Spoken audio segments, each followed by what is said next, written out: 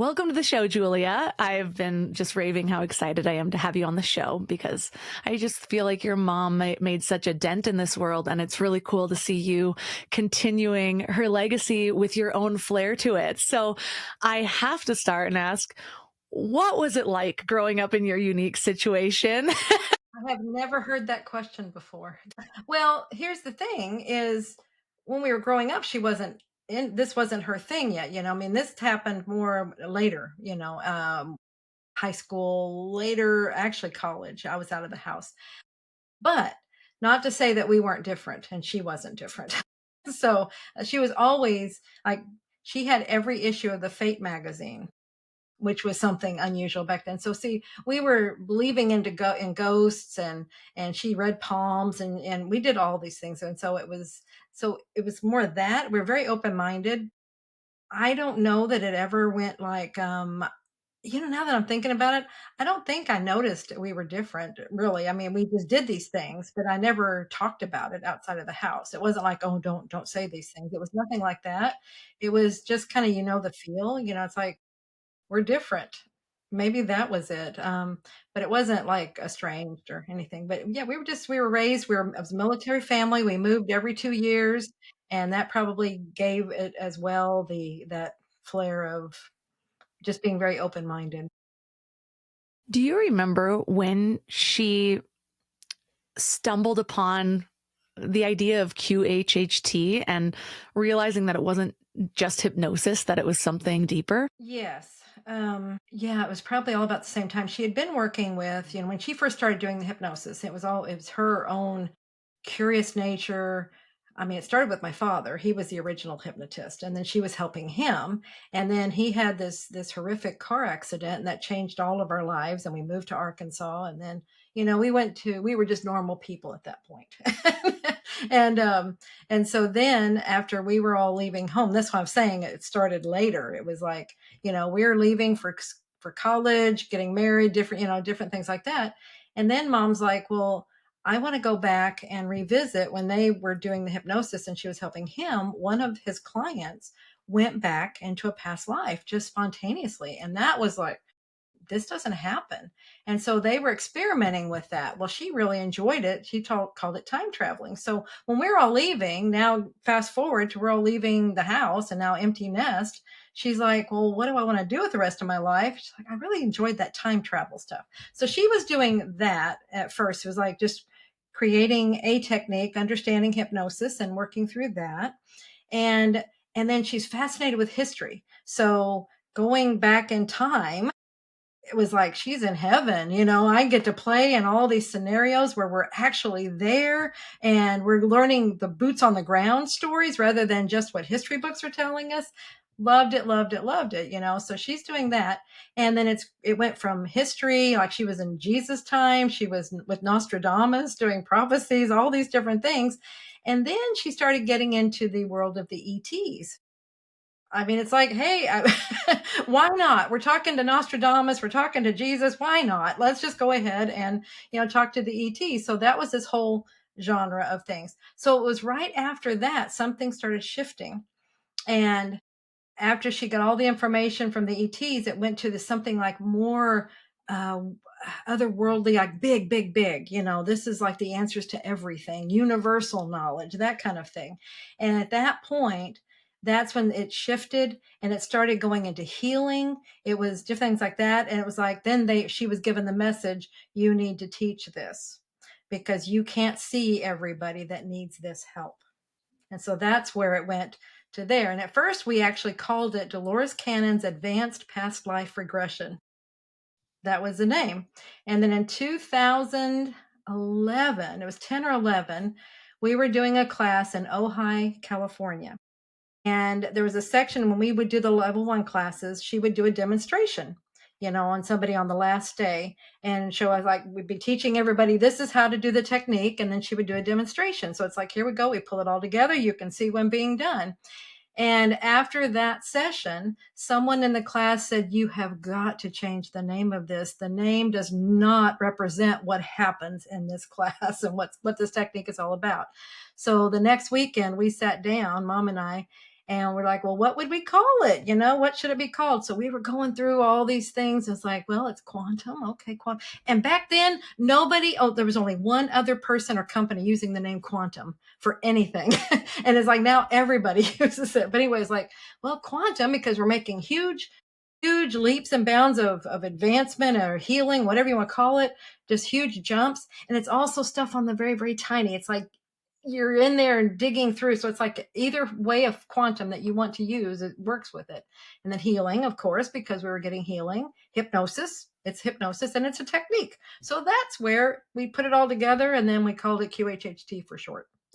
So you were a direct part of this. When you look at the overall evolution of your mother's work and your work, what do you see as contributions that were unique to you or that you helped to bring to it? Oh, wow. What goodness, that's a good question. And that's a real reflective one. What would happen? Because I was starting to get messages and I didn't understand. I mean, um, that was a new thing for me, where I was just receiving them and we were playing with that. And it probably came from having sessions. I mean, I was her guinea pig, one of her guinea pigs. And that's one of the unique things that we see happen when you have a QHHT session is it opens you up to your higher self and to your own abilities. And you will start seeing things like that happen. You will start, you know, you could call it channeling, but it's really you're just open to your higher self. You're just receiving the messages more directly. And so I would just start getting messages of different things. And I received a picture one time. It's like, because she was trying to explain like what this is, this universal thing, this higher self. What is it? And we have a part in the class where she would talk about that. And this is, these messages that are coming from it. And there's a section in the technique that we will contact that part of you so you can get your answers, and so they're trying to understand. The students are trying to they ask all these questions, trying to understand what does this mean. And I got this picture. I'm in the back of the room working, and I just get this picture because at that time I was getting visuals. That's one of the things I can do. And you get a visual and it's like, oh, that's cool. And then they're telling me, well, you need to draw it. And I'm like, no, I get it. I get it. And they go, draw it. I'm like, okay, fine. So I sit and I'm drawing and then they're refining what I'm doing and everything. And I'm like, well, that's really cool. So at the break, I mentioned it to the person sitting next to me and I was like, look what I just got, and they're saying this is what that is, the higher self is. And they're like, oh my goodness, that's really cool. And somebody, as I was describing it to this person, somebody from across the room heard one word or something that I said and came running over. And it's like, that, what you're saying, that's the answer to my question. That's what I was trying to understand. And so that's what told me, I mean, this is just a little inside message here.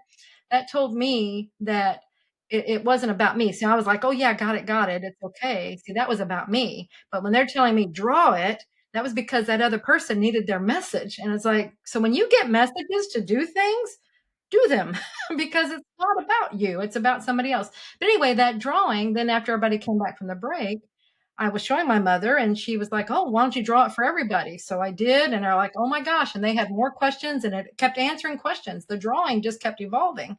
And so after that, ever since then, I would draw that in every class, even though I'm not an artist. And I think they chose that purposely to have a non-artist, somebody that has no drawing ability to do these drawings, because that way then anybody can identify with it, I guess. I don't know. But anyway, that's one of the contributions. But I would get messages and a lot of times my messages are interpreting messages. So they help refine and get more information of something. So I feel like I did that as well as, I was just side by side my mother. And so we had a play. We played off of each other. We had a banter that we had. And I, I don't know, maybe I added some humor. I don't know. Interestingly enough, through your response there, a couple of things came through to me. One was, it's interesting how you said it's like they wanted a non-artist to draw it. And I was just contemplating, I have a 2-year-old and a 4-year-old, and there's just a lot of times where I go into deep reflection just of my own parenting. Like, okay, did asking this question serve? Should I ask it in a different way? And one of the things he's been building with Legos a lot, and he builds whatever he wants. And I I got inspired to ask him, like, what do you call this instead of what is it? Because if I ask him what is it, he's going to fit it into the frame of something that already exists. Whereas if I say, what do you call this? He's like calling it my mega mountain mansion, like whatever. It's just whatever. And that just sort of came to me. And when you were saying about having a non-artist draw it, that was the first thought that came to mind. Is I almost wonder if an artist would be more apt to fitting it in within the construct of something that they already knew, whereas a non-artist is just kind of going with what comes to mind. A good point. It could very well be. I just kept saying, man, an artist could have done such a beautiful job with this. But, it's stick figures and just lines. And it looks like chicken scratch when I'm done. But people will say, oh my gosh, that answers so many questions. It answers everything. I get it. One person even told me it was a 6-dimensional drawing. And then those people, because it's not hyper specific, then each of the people that sees it gets to add their own interpretation of what their idea of it is. So they're all seeing it a little bit differently. But then the other thing is, it's so interesting. Just this morning, I was interviewing somebody who has a book about speaking with angels, but he talks about how the religious interpretation would be angels, but he just sees them as spirit guides, and how there's an ascension of them.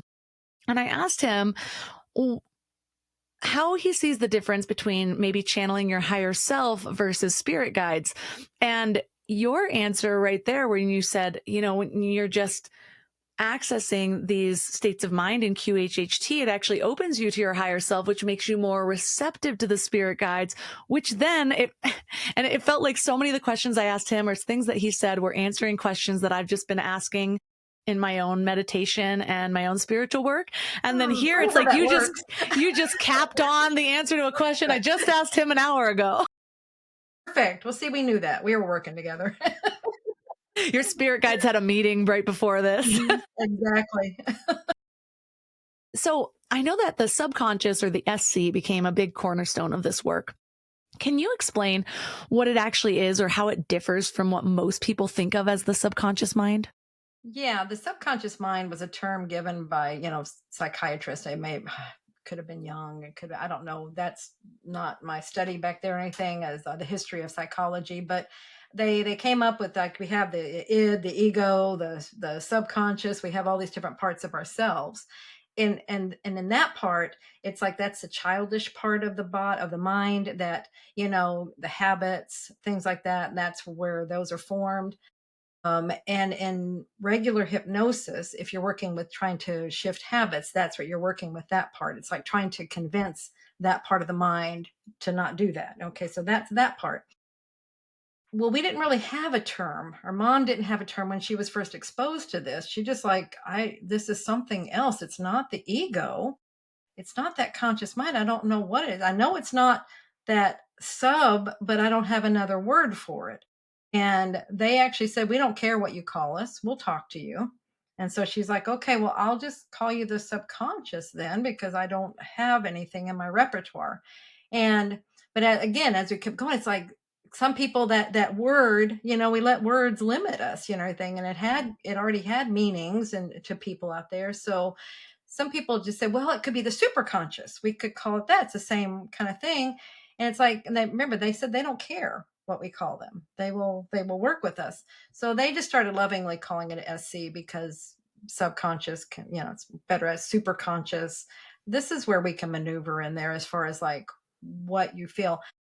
I mean, they told me, you can call me Henry. We don't care. It really does not matter. Henry, George, whatever. Those are just names that humans have to come up with. So SC is just as good as anything else. What do you think is the most radical discovery that your mother made, or you guys made together, that even people in the spiritual community struggle to accept? I think the one that's hardest for people to understand and accept is her work with Nostradamus. Tell me more. Yeah, because when that happened, I mean, she was working with her client, ended up being a student of Nostradamus in his time in the 1500s. Okay, and he was in a class, And she was just describing, okay, this is what's going on. Everything, didn't even know it was Nostradamus at the time. That was the teacher. She was like, well, my teacher, and I think she would have been a male in that life. Okay. So, and then in the middle of the session, then all of a sudden she's like, well, he wants to talk to you. And so I'm getting all the truth bumps on my legs here as I talk about people. Anyway, he wants to talk to you, and she's like, "What?" So, and then some phenomenon happened around that as that was happening, but, he ends up speaking. First she's saying, "Well, he's saying this," and that happens a lot of times when we've got something else that we're working with, and all of a sudden, then they might actually start just speaking through us, and that's what started happening. And he's like, like, you're the one I need to work with. You were in the right time. You're the one I need to connect with. I have all these things I've been seeing, and they're my things. They're interpreted incorrectly, and I need to give you the right one. So he gives her an assignment, and he's like, we're going to work together, and we're going to reinterpret or make sure we get the correct interpretation of all my prophecies, my quatrains. And she's like, okay. Anyway, but the most profound thing, so that if that wasn't profound enough, it was when the discovery was made that she was working with him in real time. It's not like she's working with him like he's dead. He kept saying, "You have to understand, I am not dead. We are working together. I am alive. I'm very much alive while we are working together." So this was truly time travel. She was speaking to him in his time, and they were working in real time on these quatrains. In fact, one time, the part that blew my mind was when he had her assignment was to get various books written on his quatrains, and then she would read them to him, and he would give her the correct interpretation of what that was meaning. And in that process, so she had a couple books, and they would have them in, like, they were originally done in French, because that's where he was, in France. There's French translated to English, and then the quatrain was interpreted. Okay, so then you had that. So there's already things that were happening there.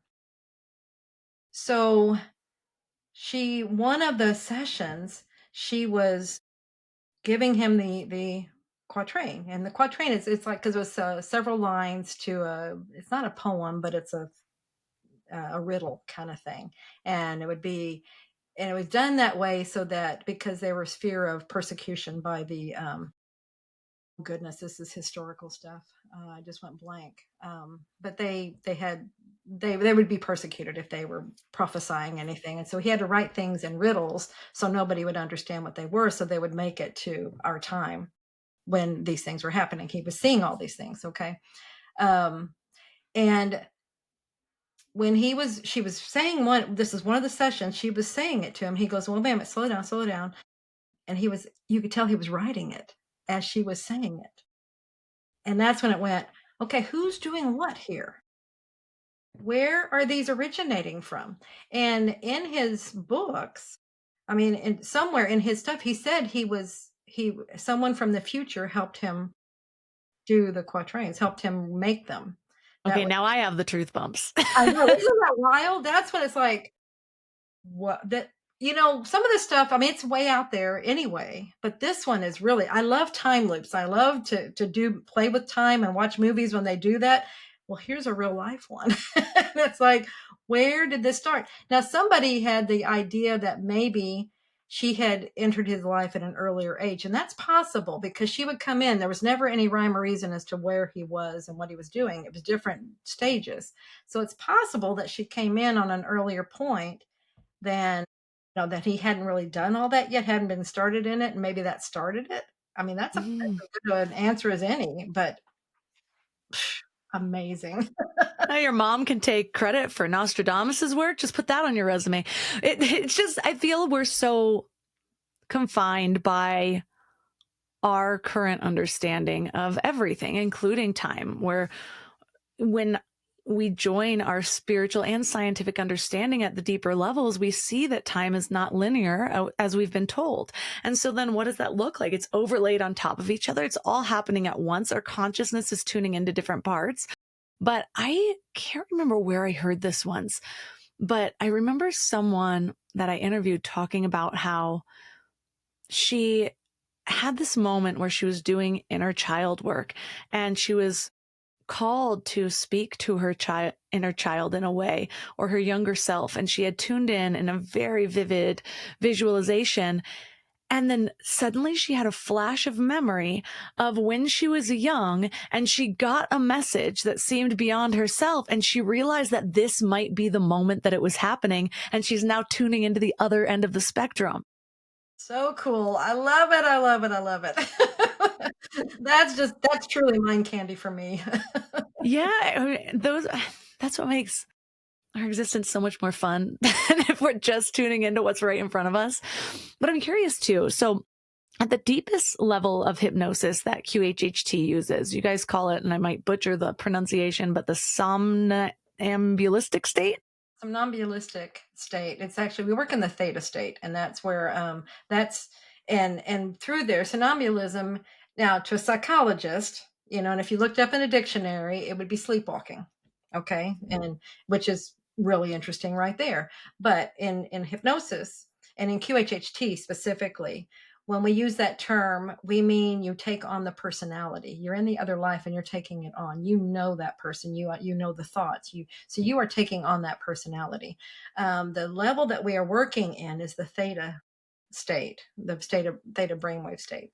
And that's the state that we go through right before you go to sleep. You're coming, your beta is fully awake. You're in alpha, you're just in that light state.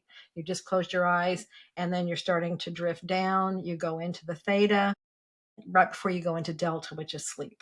Okay, so we all go through that state. It's a natural process. It's nothing like, we're not taking something you don't normally do. And that's what mom did when she created this, is she took all the things that the body naturally does. So that way we're not fighting, because it's a typical hypnosis. They're trying to, you're forcing the body to do things that are not natural necessarily.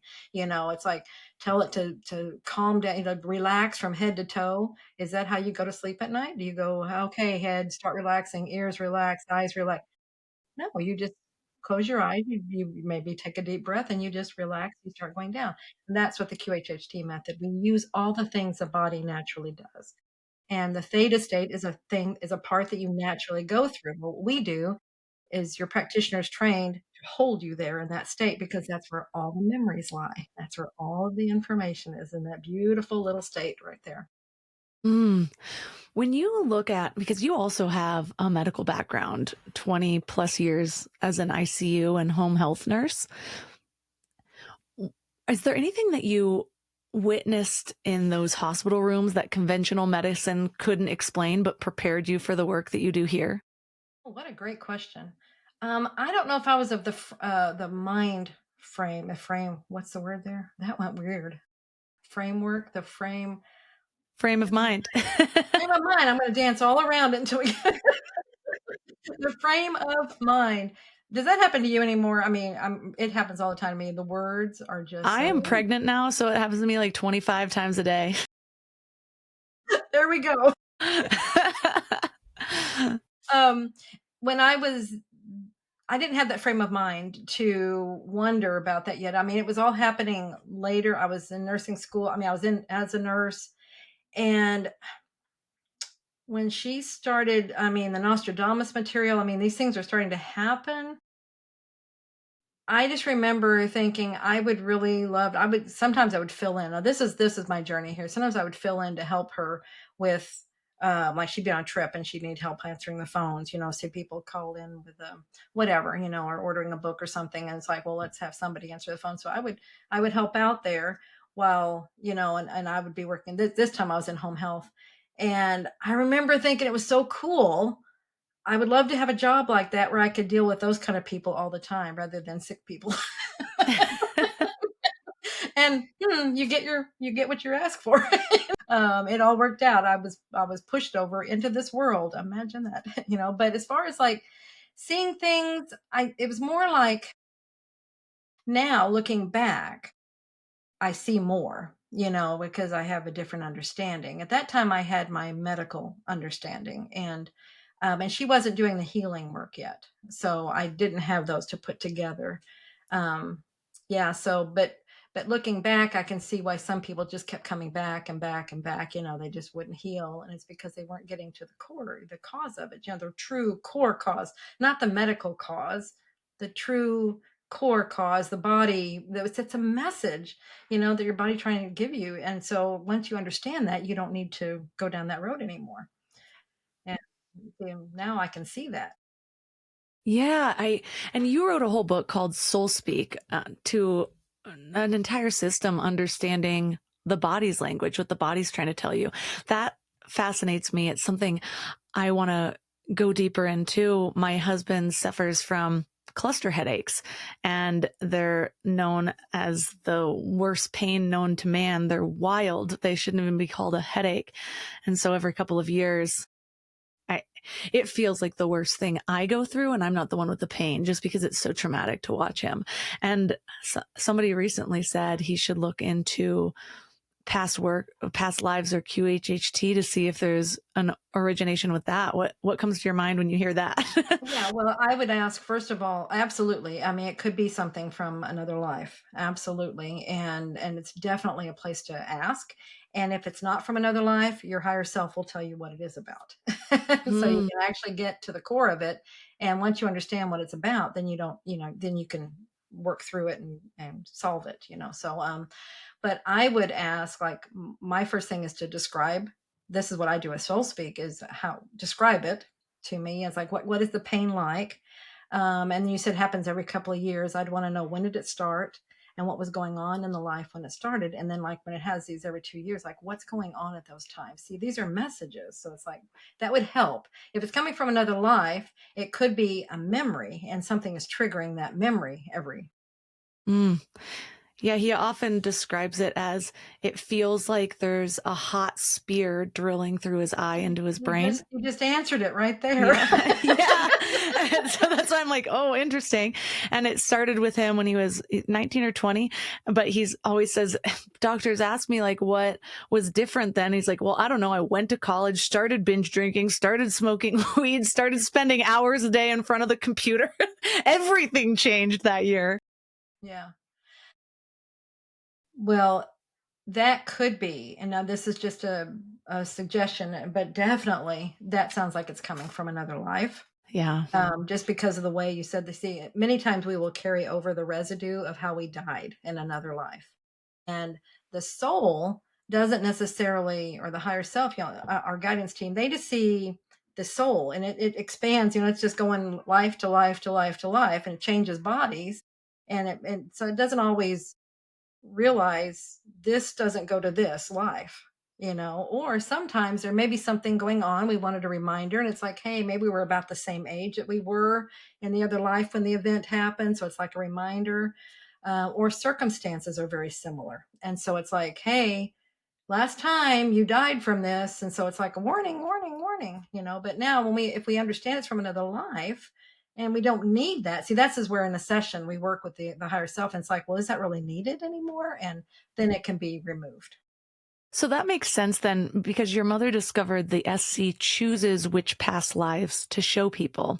And I was originally going to ask, how does it make that selection? But it seems like it would make the selection based on what you're coming to the session for, Yeah, such as the origination of this pain. exactly. Yeah, but always then that's part of the directive, is it's taking you to the most appropriate time and place where there are answers to, whatever it is. Yeah, what you're coming for. Many times, sometimes you haven't even asked that question, but it knows what you need to know. So, Do you have a story of a case where a past life completely just recontextualized someone's physical illness? oh my goodness. Yeah, I mean, there's so many of these things that happened. Um, the past life. Well, this isn't an illness. I can do my own. Yeah. It's not an illness. It was a birthmark. Okay. And it was the life before this one. If we want to look linearly, I was an editor at a San Francisco newspaper. And I got involved, and I was a man at that time. I got involved with some nefarious people in the mob. And I was they had me putting codes, like kind of, oh, what are those called? Anyway, in the racing columns, like racing forms and stuff like that, putting codes in there to that they could use for whatever they needed. And then I didn't like doing it. I don't know if I was pressured. I don't know what was going on, but I got tired of it, and I said I wanted to quit. Well, that they didn't like that answer. And so found, I was going away from work one night and went through like a little tunnel of vines and things like that. And as I came out, somebody grabbed me and slashed my throat. And yeah, I mean, I'm just, I'm like, "Ugh." And so while I'm laying there and I'm watching this on, because immediately I'm out of the body and I'm watching, I'm like, I'm touching my throat. And I used to have a birthmark, a white, like about like that, a white birthmark on my neck. And I'm like, that's what that birthmark is from. Well, I because I made that direct association, it didn't happen immediately, but like a month later, we noticed that's not there anymore. It's gone. And it had been there all my life. So I was like, well, that's interesting. So see, that's where, it wasn't needed. I made the association. I learned whatever I needed to. There were people in that life. They're in my life now. And so I think that was the reason I was being shown was, there's these connections. And so those relationships, it's just a bit different understanding of those relationships. There's different reasons to see what you see. Mm. In that one, I saw that. Tell me more about how relationships can recontextualize or you see them differently. um, if when you see them from different perspectives, like maybe they were a spouse or they were a child in another life, and in this life they're playing a different role. We play all these different roles, and that's where you might recognize somebody, and it's like, oh yeah, I know that's this person and stuff. And then we understand later, like with the higher self, it's like giving us some of those different roles we play, but we are trying different ways to learn different things, and so we'll play these different roles with each other just to sort some things out, maybe finally settle some karma, finally settle some things that we've been working on for eons. And that's a lot of it is if we can see that we've been trying and trying, or hey, we did it this way this time. Now it's the same relationship. We just keep doing it from different angles. Then sometimes that helps you get to this place of, let's just do this. Let's, you don't react the same way. And it's not a reaction time anymore. It's I understand what you're doing in my life. I understand why you're here. And so that can completely shift how you see. So the SC can heal bodies sometimes instantaneously during sessions, sometimes, as you said, your birthmark even fading after a month. But you've also emphasized that we have the power to heal ourselves. How do these two things work together? We're working with the same force. It's when you mean like in soul speak. Yeah. Okay, yeah. We're working with the same thing. It's just your higher self. You're making that connection. In a session, you're directly right there. The conscious mind is kind of to the side where there's no limitations. There's nothing coming in going, that's not possible. That is crazy talk. You can't do that. You're making all this up. So that's what the conscious mind likes to do. Or there's nothing here. Nope, nope, nope. I'm the one in charge. Yeah, no, you're being, this is stupid, likes to use that word, right? And so, but when in a QHHT session, see that conscious mind is quieted down. So then the information, it can just come in. You can see what you're trying to be told. You understand it differently, and it's like okay. And you allow. The biggest thing is to allow these things to happen. The information to come in and allow the transformation, the transition to occur. Then when you come out of the session, you have a recording. You're listening to that over and over again to rewrite what the brain is thinking about all these things. So you're kind of essentially rewiring the brain. In a soul speak session, we're contacting the same part. It's just we're doing it consciously. You're just relaxing your mind, you're relaxing your eyes, you're relaxing and just tapping in, and so and there it's working with the conscious mind to trust the information. That's a big ask if you haven't been trusting yourself, so that's only it's going to the same place, it's just doing it slightly differently. So much about growth in general, especially spiritual growth, is about, I wonder if is it quieting the ego or is it merging the ego with the higher self, or is that even possible?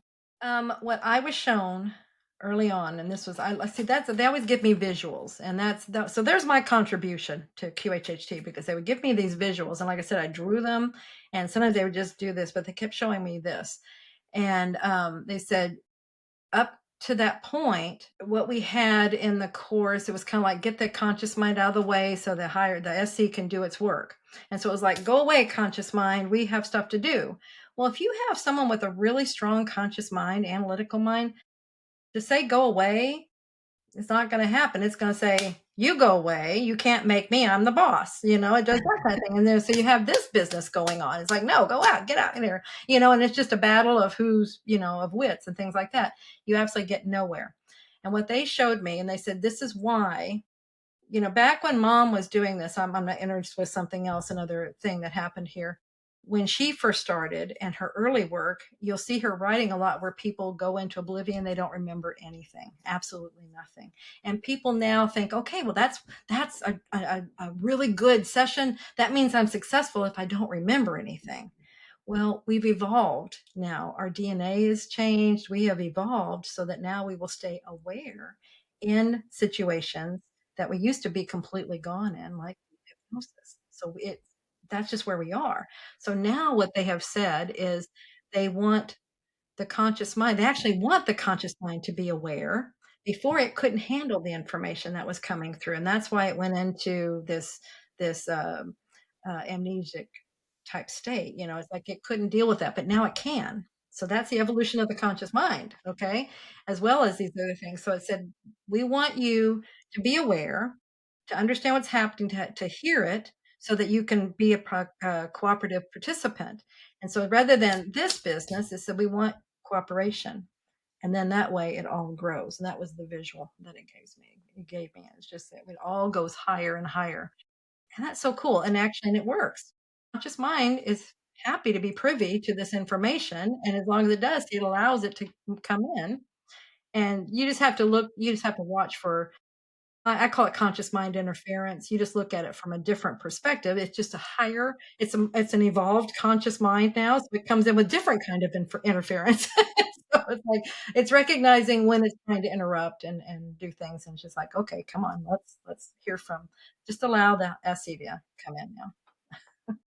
Dolores talked a lot about the new earth and a split in consciousness. And so it sounds like to me that more and more of us are reaching that cooperative point with our ego selves, our lower selves, and our higher selves, and we're ascending. And from the sessions that you're conducting now, where do you see that we are in that process? Or is there anything else that you're seeing? Yeah, just higher and higher. More cooperation. It's more about you have people at all different phases. In fact, one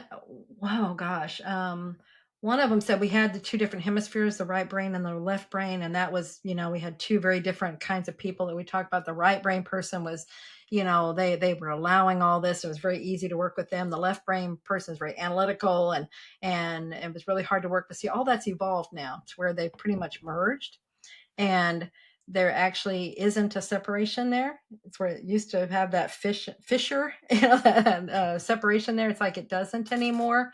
And so they work together. Whereas some people say, "Oh, I'm very analytical." It doesn't matter. Analytics is fine. You know, we can all do this. It's just a matter of allowing. And so we just worked a little differently. Where mom's time, it was when she was doing that. I mean, I'm not going to say her time because it was all evolving. And when she passed, it was already shifting, you know, so she was already noticing this. But the only ones that she got resistance from, she called them left brainers, you know, so it was very definite where now we can have what we used to consider a left brain person, but you don't get that resistance like you used to. And I don't know if I answered your question. You said evolution. I went off on this. So you did. know. Yeah. I have more questions about this because I find it relevant now, especially. I mean, I grew up in a deeply religious household with a pretty big fear of the rapture. Honestly, I feel like that's a really traumatic teaching to teach to children. And I read the whole Left Behind series when I was in middle school, just picturing my poor grandma on hell and earth while I'm like floating up or something. And it's interesting though now seeing how many other spiritual traditions talk about something similar in a less scary way, a sort of split in consciousness, an ascension, a channeler that was one of the first to really dispel a lot of my doubts about the process is a man named Paul Selig. Have you heard of him? I've heard of him, but I don't know his work. I've heard Yeah, of him. he just channels in such an interesting way. I went to multiple of his live events and he like almost whispers something under his breath and then will say it out loud. And I can't even do that with something I've prepared. It's so difficult to speak that way. And so I'm like, there's no way this guy he's written like 10 to 12 books now where he's just channeling in front of a live audience and it is transcribed with zero editing. Also nearly impossible without that ability. But he talks a lot about this sort of ascension that we're going through. I'm curious what your perspective of that, when you see details about it, what do you see about that split in consciousness, or as Christians would call it, a rapture, but I'd prefer the ascension. Yeah, Ascension. We're all doing it. We're just doing it at different paces. So it's not like there's anybody will be left behind. That will not happen. We're all moving. We're all shifting. We're just doing it at different rates. And the thing is not about who's the first and who's the last. It's not that we all help each other. And it's about allowing ourselves to bring in more of our true nature, which is our higher self. That's us. That's who we really are. So it's just allowing more of that in. That's then we're shifting our frequency. That's the ascension. It's just shifting. It's really natural. It's going to happen. The earth is doing it. We're doing it along with her. It's just happening. It's nothing we have to do. We don't have to work at it. We don't have to, it's just allow these things to just happen, and that you'll have natural abilities showing up. You're like, wow, what is this? I'm hearing things, and oh my gosh, I get here. Somebody confirms it a little bit later. I just heard it on their TV or their show. I'm like, I just was thinking that. These are abilities that are natural to us, and they're just opening it up, and that's what will happen more and more as we keep raising frequency. We just keep opening more and more to these higher abilities. We're all doing it. We all are capable of it. It's just allowing it to happen. I find that a lot of the confusion might come from people trying to fit this idea of ascension within the old biblical view that they may have been raised with, including myself sometimes. And I wonder too, because I've been going back through the Bible with a more symbolic lens and going through the Gnostic Gospels as well. And actually even I've been doing a deep dive in the Gospel of Thomas and finding canonical parallels with different things, because so often it's written much more simply in the verses that made it into the Bible, whereas this adds a different context and you see the layer of what he was actually meant in a symbolic perspective, which is cool. And so I wonder, because the book of Revelation, which there's also a lot of controversy about in general, it wasn't meant to make it into the book, into the Bible. It was heavily argued, the most heavily argued book. And apparently it's written in its original Greek as so poorly that it sounds like a third grader wrote it. And so it was one of the reasons they didn't want it to go into the Bible. But it talks just so much about this, like, the believers ascending. That's where I think the ascension comes from. And so then I wonder, is there a symbolic perspective, or is it the rest just bullshit of like, okay, for those that like, is it the ego fighting for familiarity as the higher mind is trying to ascend? And that's what all of the gruesome, it is known as the most gruesome holy book that exists. Do you see any symbolism in that, or is it just something where you're like, I'd rather have a fresh start in the understanding in general? That's a good question. I'm not, mom was the Bible person. She taught Sunday school. She knew the Bible inside and out, and she knew all that. So that'd be a really good question for her. But what have you studied Neville Goddard by any chance? I've heard of him, but I haven't gone deep. He says the Bible it's a manifestation book, and it's telling you all about manifestation, and they use the symbols for that and how to do everything. So I would like to reread. I mean, he uses a lot of the passages based on, from that understanding, and he'll just say, he's like, this is what was really said here. This is what was really meant. And it's all symbolic. And so with that, revelations could be, well, there again, see, it's a who, if you believe, you will have. So, and it's like that, it's about, what you can see yourself being and doing, then you will have it. So, I mean, believers is, everybody has to be a believer. You're going to, maybe that, all that salvation is I mean, it depends on how the word is being used and everything. Ooh, so I love that reframe of believers. That's that was deep. just coming in. It's like, there we go again. It goes back to the believers. Yeah, and that I just saw something the other day that said, in order to fall asleep, you must first pretend that you're asleep, and that's how everything else works too. And I love that, because it's like it's acting as if, but when you act as if, you're building evidence, you're going beyond the mind to just do the damn thing anyway, which just creates belief, and it's just this cycle. Yeah, people want to see it first. And it's like, it will never happen that way. You have to believe it first, and then you will see it. So how would you recommend someone begin to develop a deeper relationship with their own higher self or their SC? What are some practical steps to start receiving guidance if you don't feel that you're doing it in an obvious way? Just ask questions. Just ask. And like when it was first, some of the beginning steps for me, I remember I was trying to find my house, and I was doing some house shopping, and I was um, going around, and I found this one that was really good. It was a really good deal. But I was trying to convince myself I really liked the kitchen in the other one. And I'm just like, but this one it had everything I wanted. And it was like, and I just got quiet. And I'm like, what should I do? And I hear this, duh.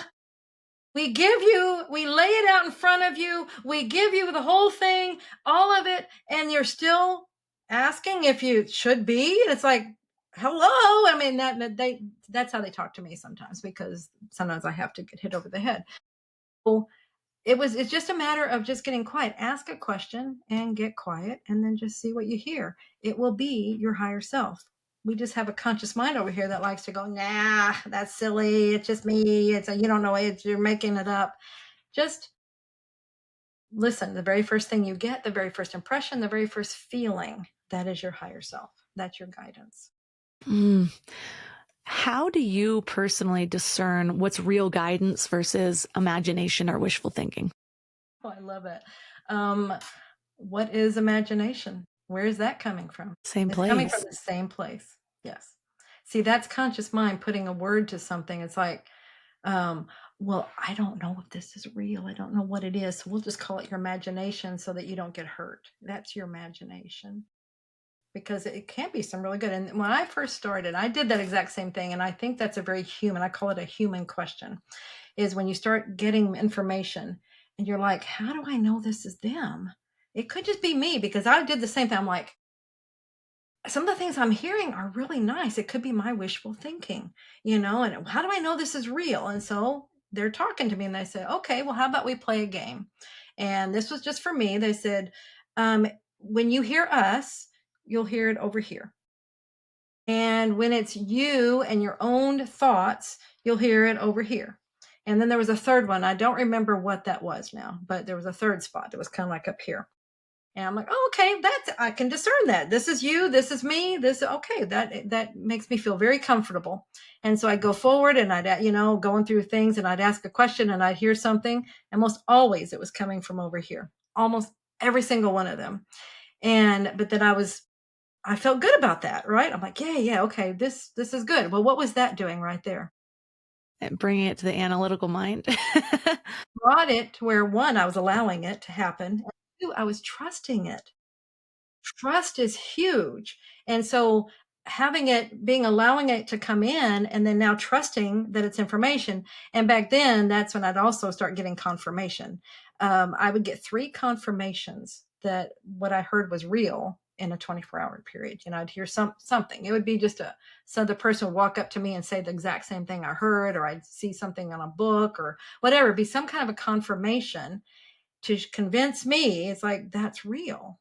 See, it was convincing my conscious mind that it was real. See, that was that cooperation. We're going on there again. But it developed the trust. We don't trust ourselves. We don't trust ourselves to have all this information. And this is developing that. We do have all the information. We have. And if you think, imagination, the origins of the word literally means image within, or to form an image, which connects so beautifully to spiritual concepts about creating your own reality, or mental imagery being more than just fantasy. There's nothing in the origin of that word that means not real. We just already, as we've talked about, already have our perceived understanding of a word. And so it's in the confines of what has been or what is most widely believed, rather than the truth of what it is.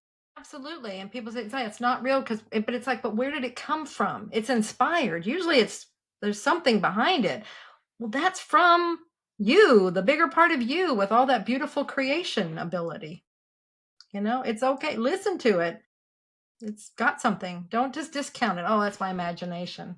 Yay, Yeah. it's my imagination. Yay. I know in the book Convoluted Universe, and this was a listener question, your mom talked about backdrop people. Tell me more about those people where they're kind of just extras without souls that are filling in. I almost think of them like bots or trolls, but in real life. Okay.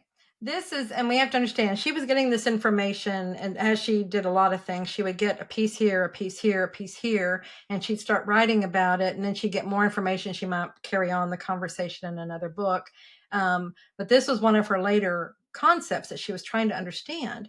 And so she's going to ask every question in the world. She is so curious, and she's asking all around and trying to understand. And they're like, well, if they said they didn't have souls, that it was like, oh, then she's going from that direction of, oh my gosh, what does this mean? Blah, blah, blah. Are they not real? But then they said, but if you start interacting with them now, they shift into something else. And it's like that, but that's where she was at that point. And then like in Convoluted Universe book 5, she got some more information, and that was helping to round it out a little bit more. If she would have been able to keep going, she would have gotten more and more. What resonates with me, I'll just give you my slant on it. The only thing that makes sense to me based on everything that I saw coming out of that was, and I experienced it one time, they were showing me like what happens. I got stuck in an airport. I was alone. I mean, flights kept being canceled. So I just found a quiet corner in an eating place and just did work there. And I was just like, all these people, because if all these flights are getting canceled, you're getting more and more people. They're not moving like they usually do. And I remember I was talking to Mom. This is before she passed. She said, well, that's interesting. I wonder what you're trying to learn there. Are you making lots of background people, backdrop people and stuff? And so I was like looking at it from that place. Although I found a quiet spot that didn't have very many people. So that was my creation. But what makes sense is, and this is what they told her, but I said, she just, we have to watch the questions that we ask, because you'll get the answers to the question you ask. And that's where you want to look at, what was she asking? Okay. Because she got answers to those questions. But in the beginning, when they gave her a picture or an analogy of what it was like, they said, we all have plays. We're all players in our plays. We have these theatrics that we're doing, and we come onto the stage, we do our part, and then we leave the stage. So our world is a stage. Okay. Well, in a play, on a stage, in a whatever theatrical thing you want to put there, hopefully you are the main character in your play. Okay. You're the main character, and you've designed this sitcom, whatever you have going on. And you probably have a few supporting actors, people that are around you, right? And whenever you're in a scene, you have maybe one or two other people that you're working with directly. They have speaking parts, you're working with them, right? Okay, that's your scene. Well, it might look a little funny if you're in a store or you're someplace and it's just 2 or 3 people and you're having that interaction. There's nothing else going on. So we put others in there just to make the scene look right. Okay, those are extras, right? That's that. And this is how it described it. It was like, you have to put extras in your scene. Okay, so, and another term for that in theater is backdrop. You have the backdrop that's there, and sometimes the backdrop even has people on it, drawn on it, just to make it look like there's people there, right? So that's where these terms came from. Now, if we go, I like to do this. It's like, okay, I have my scene going on here, and the camera's on me, and I'm interacting with these people. That's fine. That's who the scene's all about. The other people are just moving around. They're part of the scene, but they're not a critical part. They don't have speaking parts. I'm not speaking to them. So they're not integral, I guess, they're just there. I mean, anybody could play that part is what I'm trying to say. So it's not like they don't have souls. They have souls. They're just not the central people. Okay. Now, at any point we can move that camera, and I can go interact with one of them, and now they're on camera and they have a speaking part. See, they didn't all of a sudden get a soul. No, it just shifted how it worked. Or let's just shift it completely. Now the camera is, we're going to do this other angle. Now the camera is on another person and they're the central figure. They're the main character. And what am I now to that person? It's the same scene. We just moved the camera angle. Now I'm a background or a backdrop person to their scene. See, and that way we're all playing these parts for each other. It takes that craziness. I've heard some crazy stuff out there about in whatever NPCs or whatever and all these things. And it's like, there are no souls and oh my gosh. And it's like, no, we're all here together playing these parts for each other. That's the only thing that resonates with me, the only thing that makes sense to me, and the only thing that vibrates. And that's what I go by. What makes sense to me? And the thing of no souls and all that doesn't make any sense. Yeah. I am reminded too of, there's been many times where I've talked to somebody and it goes both ways, where I might say, this happened. You said this to me and it actually significantly changed the way I viewed the world. And they're like, I have no recollection of that. And vice versa, where it's like, you did this for me and you'll never know how much it means. And I'm like, wait, what? Was I drunk? Like I have no idea. Your higher self was speaking at that time. Yeah. That's how I can't do that. Yeah, you do. We do it all the time. It was just your higher self coming through. So if you could give everyone one practice, whether it's something to think about or a daily action that would fundamentally shift the way that they connect to themselves, what would it be? Allow and trust. Just, whenever something's going on, just ask questions. Don't be afraid to ask. You have the answers within. So just ask and see what happens. Trust what is coming in. It might be, you might hear it, you might feel it, you might know it, but whatever it is, just acknowledge it and move on with your day. Don't, just trust it. And then that builds the trust in yourself and your own connection. So for listeners that are resonating with everything that you've shared with us today and want to connect with you, where's the best place for them to do that? Probably, well, I have a Facebook. You want an email address? Support at juliacannon.com, juliacannon.com website. And then we have, and then I have a Facebook. I have 2 Facebook pages, Soul Speak, Julia Cannon Soul Speak, and then Instagram, Julia Cannon Official. So all those you can contact me through there.